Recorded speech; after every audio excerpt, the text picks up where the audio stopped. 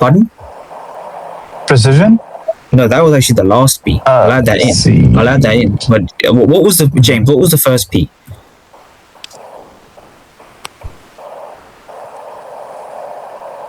James? Yeah, I'm sorry, I was on mute. Sorry, It's all right. I was on mute.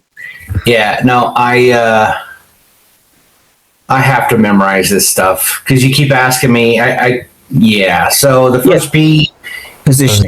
In fact, what I'm going to do is an image speaks 1,000 words, right? So I'm just gonna open this up.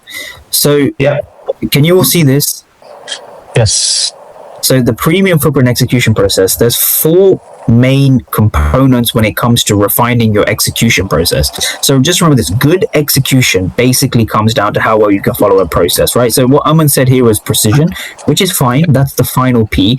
However, the classic problem or the classic mistake I see people make is that they rush towards trying to get a precise entry. They may rush towards footprint charts or even worse, indicators and stuff like that.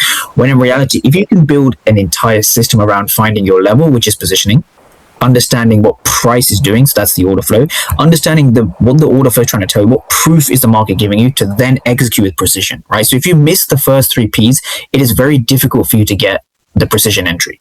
All right. Yeah. So this here is what I want everyone to memorize. Yeah.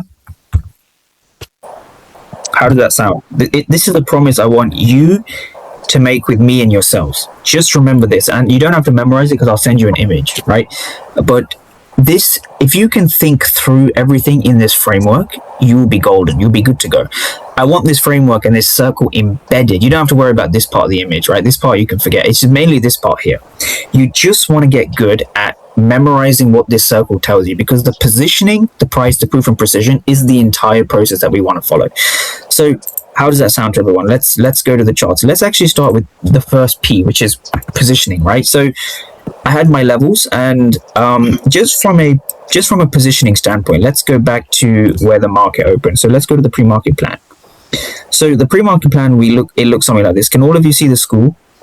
yes, All right, great. So from the school's perspective, it looks something like this. So structure, we start, so let's remember, so what was our first step? There we go. So the 4-step positioning process, right? I'm going to go through this a little bit quick because today's the entry elevations, the bolt breakout blueprint, but just so you can understand where I was in terms of pre-market plan, this image here, or the 4-step positioning process, is how I find my key levels, right? This is one of the most common questions I get. How do I find my key levels? It comes down to the image you see here. So structure, targeted liquidity, equilibrium, and price imbalance. When you step up all 4 of these, you end up at your key level.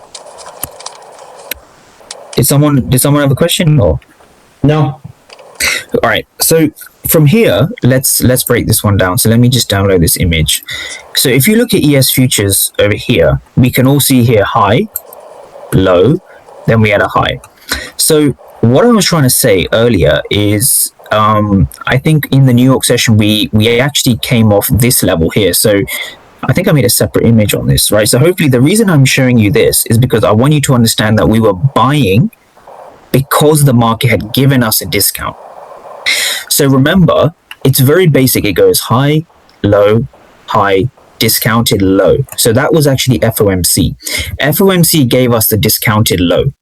So in other words, it looks something like this, right? So this is super basic structure, right? So it goes, I know this may look basic, but I think when it comes to real-time precision, a lot of people, they tend to overlook this stuff, but I think it's super important.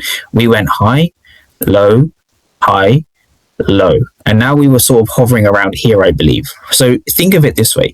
If this is your structural low and this is your structural high like this, price has already given a discount.